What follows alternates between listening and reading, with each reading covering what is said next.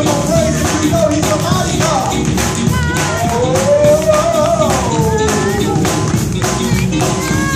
Come on, if you never bring praise, I'll praise for you. Come on, I can teach you and tell you how to praise him.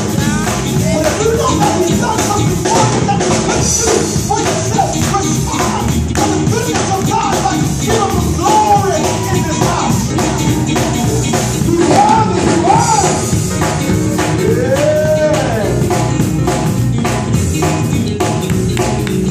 Now bring those hands together and give him praise. Come on, anybody want to praise him? Anybody got a right or a reason to praise him? Can you look back over your life and see what God has brought you from? He brought you over. Come on and tell him thank you. He brought you through. Come on, tell him thank you. Come on, if you got something for you that you did not do for yourself, come on and tell him, Lord, thank you. Come on, if you want to do it well this morning, clap those hands and tell him thank you. He never made a wind out of no wind. Tell God thank you. Come on, I've got a right and a reason to give God praise. And come on, bring those hands together one more time and bless the name of Jesus. God, our Father and friend, on as humble as we know how. We come with praise and thanksgiving in our heart, thanking and praising you for all of your blessings that you bestowed upon us. Father, there's no goodness of our own that we're here, but because you are so God, you're so good, you brought us together with the congregation of the righteous one more time. Lord, while we're here, we want you to minister to our needs. God, we need to hear a word from you. Lord, I declare and decree that your word is already anointed. But now I ask, no God, that you would look upon your servant. Anoint me, God. Anoint my lips, oh God, that I may speak what thus saith the Lord. And Lord, let this word go to minister to our hearts, oh God, that it would save and revive and correct us and instruct us, oh God. In the mighty name of Jesus. God, you do these things. We so carefully give your name the praise, the glory, and the honor shall be thine. In Jesus' name we pray. Come on and clap those hands and give the Lord the praise in this house. You may continue to speak to the presence of the Lord. And we certainly want to honor the Lord. He's the head of our life. He's the Savior of our soul. He's the Redeemer. And I don't know about you, I'm excited about being in the house of the Lord just one more time.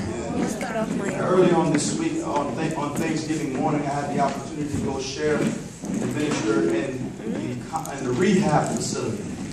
And my brother-in-law is in a state of recovery. I believe God to do complete healing in his life.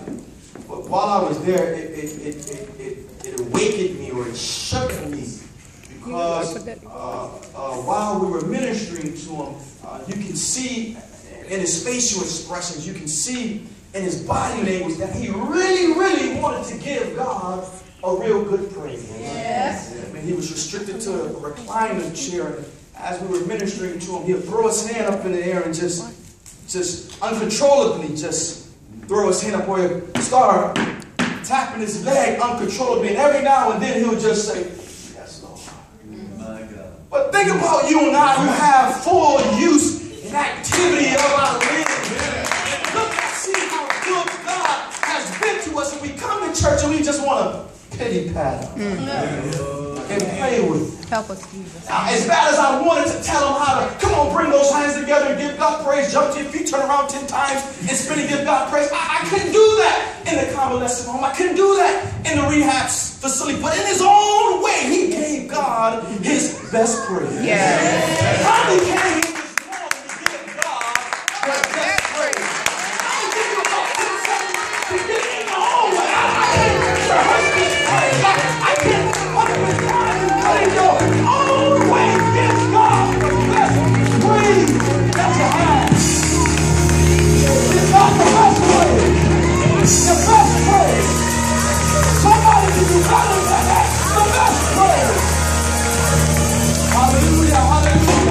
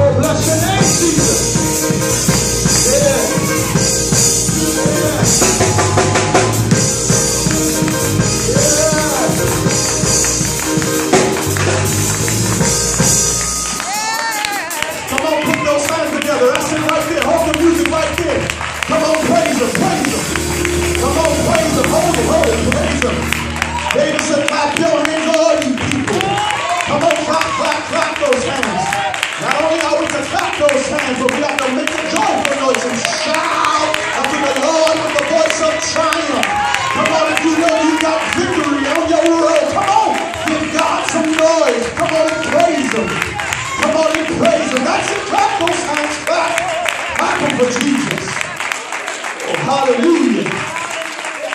Every now and then we got to check the environment. Every now and then you got to make sure you in the right place at the right time. All right. This ain't no movie theater. Hallelujah. You got to sit back and wait and see what's going to happen next. You make the next praise happen next. God's been good to us. Been better to you than you could ever be to yourself. We're not at the Excel theater. We're not at a basketball game. We're not at a concert. But we're in a unified worship experience. And you're only going to get out of it what you put in. So I hope you didn't come with your good stuff on. But when I get dressed or when my wife gets dressed, we remind each other we don't have nothing too good that we can't praise God. God is not praising. When you come into the house of the Lord, we don't just look at one another. See who's going to praise us. You offer up a praise. You be the one to tell them thank you. Because one thank you will make room for more. Come on, bring those hands together and give the Lord praise right there.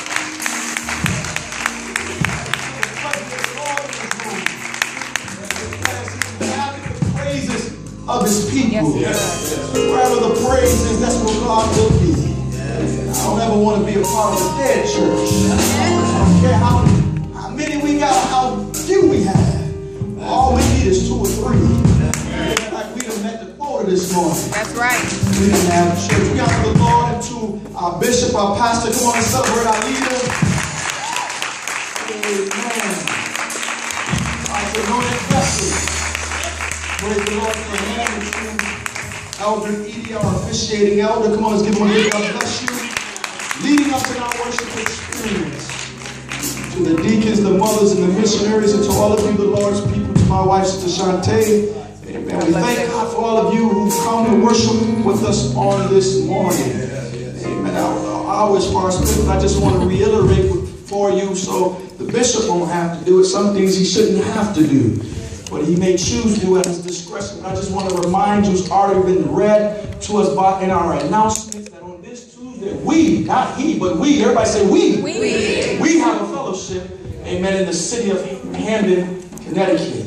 And we want to make sure that we go up in good numbers. We're asking the praise team, the choir, the musicians, the deacons, the elders shouldn't have to stand at the table. But the deacons aren't available, but they can stand. And we want everybody to go and support our leader. This is his first time coming up as the bishop. Amen. We don't want him to walk with his head held down. And when we come, we're not just coming, amen, to sit in the service, but we come to participate and render service. You don't know how God is going to move and how he's going to use you to participate in that service. So we're going in good numbers. That's right. Amen. It's been in the announcement probably over 2 months, so no one can say, oh, I didn't know. Somebody said to me, oh, when would they get? They've been in for a while. So we don't want anybody to have that excuse of, I didn't know. But we're going in good number. And if anybody know our leader, he's not going to keep us there all night. He's going to get in the way and out of the way. That's right. Amen. On this Tuesday night. He understands that we have school and we have work. That's a wise leader. Amen. We thank God for him. Amen. Very quickly, we're going to the word of the Lord. Amen. 10 minutes of my time is up, so we're going to do this quickly. Amen. Turn with us to the book of Psalms 118. Just one verse. Amen. In Psalms 118.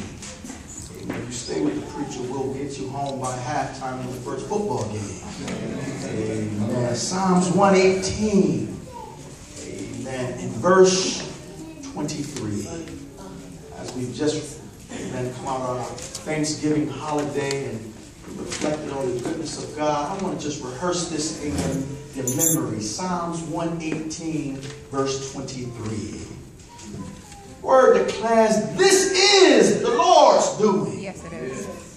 It is marvelous in our eyes. I'll read that for you again. This is the Lord's doing. That's right. It is marvelous in our eyes. Don't have time to play around with this, so I'll just go ahead and drop it on you real quick. Find somebody around you younger. Find a young person, look over to an older person look over to a younger person, tell them, don't get it twisted. Don't get it twisted. God did it. God did it. Yeah, All right. Somebody else, don't get it twisted. Tell somebody else, don't get it twisted. Don't get it twisted. Don't get it twisted. God did it. God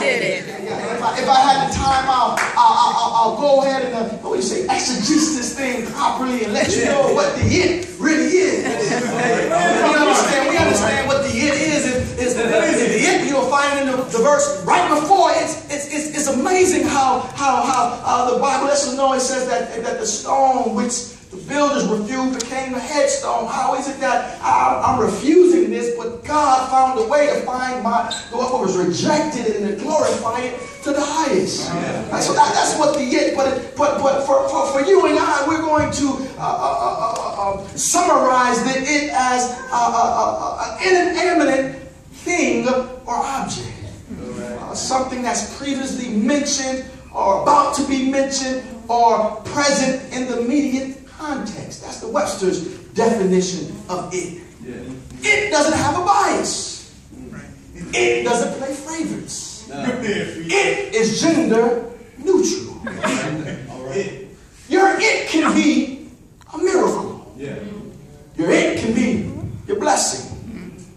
Your it can also be a mistake. It also can be a burden. It can be a problem. It also can be a promotion. But whatever your it is, if God is in it, the songwriter said there is no limit. That's right. Therefore, it has to work together for our good. My God. As we find ourselves wrapping up this holiday season, this time of Thanksgiving, we've had a moment to reflect and realize that God has been good to us. Yes. No things, nothing might be perfect. It might not be perfect in our lives. Yes, we may have some trials. Yes, we may have some hills, some valleys, some ups, some downs. But we have to understand that without God's hand on our lives, things could be so much worse. Talk about it. As we look retrospectively over the year 2014, for me, when I get around Thanksgiving, I consider my year pretty much over and I start preparing for the next year. Start making plans and thinking about what I'm going to accomplish in the next year. But around Thanksgiving time, you gather around the table and you look back over the previous year. Look how good he's been to us. Think about the highlights and the lowlights and the accomplishments and the things we've had to face. Some of us here had to face some medical challenges. Perhaps that was your it. But the good thing about it is you're on the road of recovery. Some of us in this year, we've been promoted on our job. And the beautiful thing about it is you were not qualified for the promotion. That's right. But God showed favor unto you and allowed you to work a job that you wasn't qualified for. Allowed you to get a raise that you probably didn't work for. Some of us are working less hours, Deacon Baker, but making more money. That's right. Amen. Brother had a testimony this morning that his hours changed. He's off by 2:30, working fewer hours, but making the same money. Ain't got good. That's a blessing of serving God. Some of us have opened and started profitable businesses. Some of us have brought new homes and bought new cars in 2014. Babies were birthed. God added to our family and added to our life in 2014. So for a surety, we can say that God has been good to us. Yes, God has been good to us. And every now and then we need to awaken ourselves and realize, like the songwriter said, that everything good that has ever happened to me, God did it. God did it. Tell somebody, God did it. God did it. Yeah, we must be careful not to offend God or to upset God by giving his glory or praise to somebody or something else. That's right. Listen to what God says. He says, I am the Lord. I'm Jehovah. That's my name, and my glory I will not share with another. That's right. If I've opened a door for you, if I've made a way for you, if I brought you over, if I brought you out, you ought to praise me. Somebody ought to tell the Lord, thank you. Thank you. Yeah, and as we reflect over this past Thanksgiving, I talked to Elder Edie, and he told me he had plans to go out of town, but as he thought about that thing again, he said maybe it was good that I stayed in town so I can enjoy my first Thanksgiving in my own home. How many know that's a blessing? God did it. Tell somebody, God did it. God did it. God did it. If we were to survey this congregation this morning, each of us would have some remarkable things to be thankful for. For some of us in 2014, it's been a season of storms and attack, yet and still we're grateful to God because we've survived the storm. That's right. For others, 2014 has been a year of accomplishment, but let me remind you that this is the Lord's doing. Yes, it is. Oh, this is the Lord's doing, and it is marvelous in our eyes. Oh, I don't know about you, but I'm reflecting on my leader, my bishop. I've been with them for the past 5 years. And I've seen how the Lord has raised them up and elevated them to the high and lofty office of bishop. I don't know about you, but we have the testimony that this is the Lord's doing. And it is marvelous in our eyes. Brothers and sisters, you don't want to take God's credit or God's glory for what He's done. It's no goodness of your own that you've attained or you've accomplished the things you've accomplished in this year.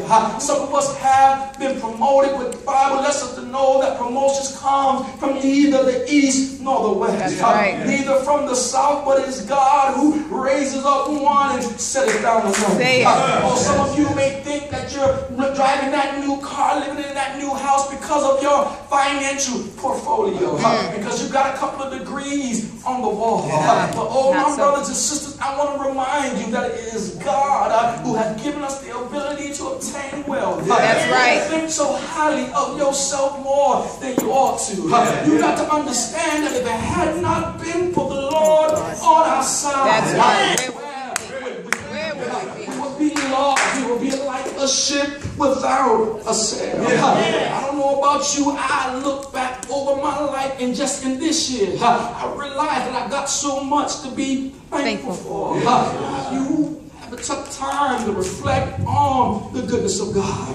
Oh, when you reflect on the goodness of God, you'll see that if God wasn't on your side, oh, your life would be so more miserable. God's hand is on each and every one of our lives, and He allows us to experience the blessings and the benefits of having Him in our lives. Somebody tell the Lord, thank you. Thank you, Lord. Thank you, Lord. So as a result of God's goodness, we must have an attitude of gratitude. When somebody does something nice for you, the appropriate response is to say thank you. When I bring my wife flowers home, and I set them on the counter, when she walks up the stairs, the first thing I want to hear is not how much you paid for them, or why did you bring me lilies and not roses. But the first thing I want to hear is thank you. How much more does God, who woke you up early this morning, hold you in your right mind, gave you the use and activities of your limbs, and rather than talking to Him first, we go to Facebook, check out the latest status. I want to let you know, my brothers and sisters, before you roll out of bed, as soon as you open up your eyes, you should look up to the hills from whence cometh your help, and realize that all of our help comes from the Lord. And since I realize from where my help comes from, I ought to tell you thank you. Somebody open up your mouth and tell God thank you. Yes, the appropriate response is thank you. Can you take a moment and think about something somebody's done for you that was awfully nice, that was awesome, that was lovely? Oh, the Lord has done these things for us, so we owe Him the praise. That's right. We ought not to think that we've done it of ourselves. It's God, who's worked in us. It's God who's given us the ability. It's God who's given us the resources to accomplish the things things we've accomplished. Therefore, we owe him the praise. That's right. Somebody said it like this, who's been in the church a long time. When you reflect over your life, somebody said, when I think of the goodness of Jesus and all that he's done for me, my soul cries out, hallelujah. Thank God for saving me. Praise and thanksgiving to God helps put things in proper perspective. Thank you signifies not only do I appreciate what you've done for me, but thanksgiving signifies I really needed your help. Have you ever been in a situation when you're working on a project or you're working on a thing and someone comes over and offers their assistance and throws you off track and mess up the whole thing? You're really not going to tell them thank you because you don't want to seem rude. You say thank you anyhow. But when you think about everything God has done in our lives, he's done for us what we couldn't do for ourselves. Therefore, it's appropriate to tell God thank you. Thank you, put things in perspective. Thank you minimizes the negative and accentuates the positive. And as I get ready to close, I want to remind you of 3 reasons why we ought to tell God thank you. We ought to tell him thank you for the things he has done. Or you ought to tell him thank you because his hand is on our lives. Brother preacher, how do I know that his hand is on my life? I don't feel his presence. I don't see his handiwork. Well, I want to tell you, like the old saints told me, his hand is on your life because all he did was move his finger of love and he enabled you to rise to see one more day. That lets you to know that his hand is on your life and he's got a purpose and a plan for you. So thank you for what you've done. Thank you for waking me up. It wasn't the alarm clock that woke me this morning. It was your hand touch that reached down and touched my body and told me to rise. So come on and tell him thank you. Thank him for what he has done. Not only are we thanking him for what he has done, but we're thanking him for what he didn't allow. I'm thanking him because he didn't allow the enemy to have victory in my life. Although I've had some challenges in 2014, I can stand and declare I'm still victorious. Because the name of God, he wanted, he canceled the ambushment of the enemy. Many of us, oh God, have had a pretty good 2014, but you don't realize you was just one layoff from being in poverty. So what he allowed you to keep your job. When other folks are being laid off, he blessed you to stay gainfully employed. That's reason enough to tell him thank you. For when the enemy was planning to mess up our lives, the Bible says that when the enemy comes in like a flood, the Spirit of the Lord shall lift up a standard against him. When the enemy has me on his target, God has me on his mind.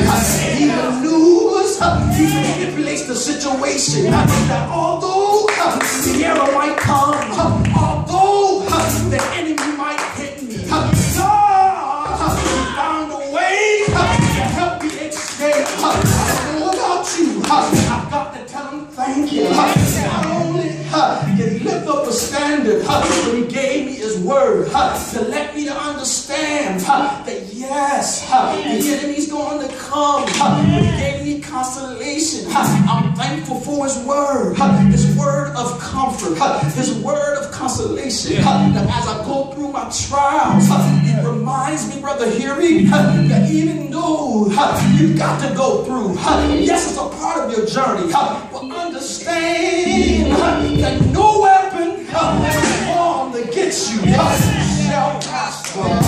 Yeah, every tongue that rise against thee, God shall condemn. I'm not worried about the naysayers, because I know God has me on his mind. So I'm thankful for it didn't allow. But most of all, I'm thankful for what he could only do. Oh, blessed be the name of God.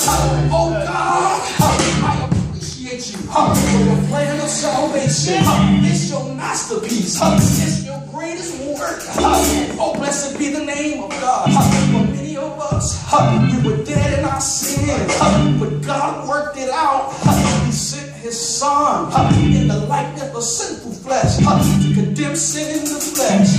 And God allowed his son to shed innocent blood to redeem us, cleanse us from all of our sins. I don't know about you, I get excited when I think about the plan of salvation. I get excited when I think about what God has done.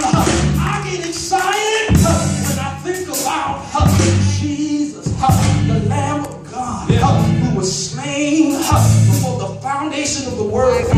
Oh, I get excited to know he thought enough of me to shed his blood.